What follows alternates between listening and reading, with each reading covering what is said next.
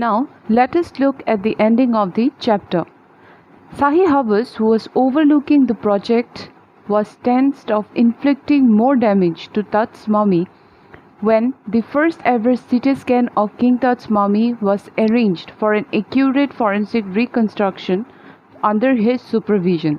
Because the mummy of the King Tut had been dismantled by Carter's team in 1926 and the mummy was already in a very bad condition.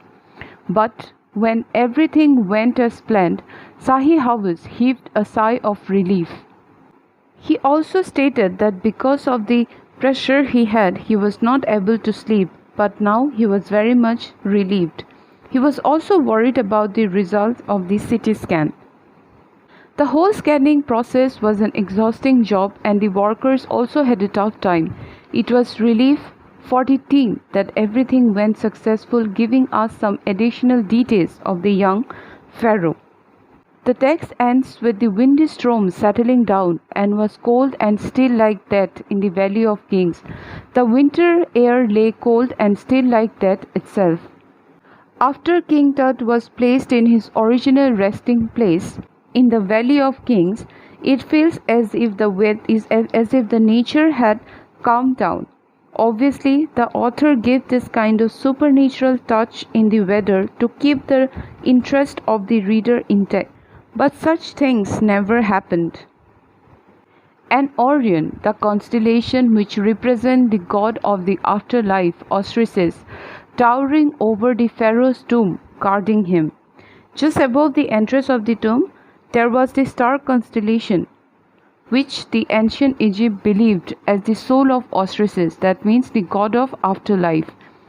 They believed that Tut was always guarded by the soul of Osiris, as you can see it in the picture.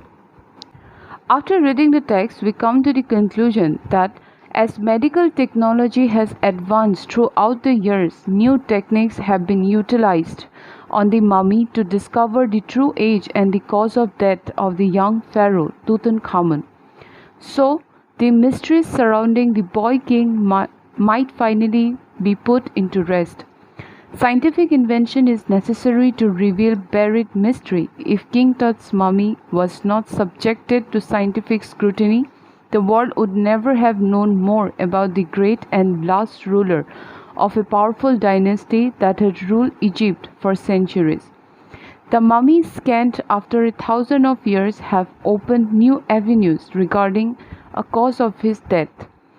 Though technology has not been able to give us a definite answer to Tut's death, but it has given us a new direction to think and proceed.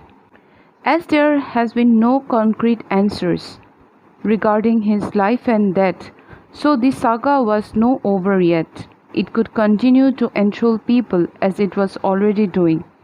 That is why the title, Discovering Tut, the saga continues, is justified.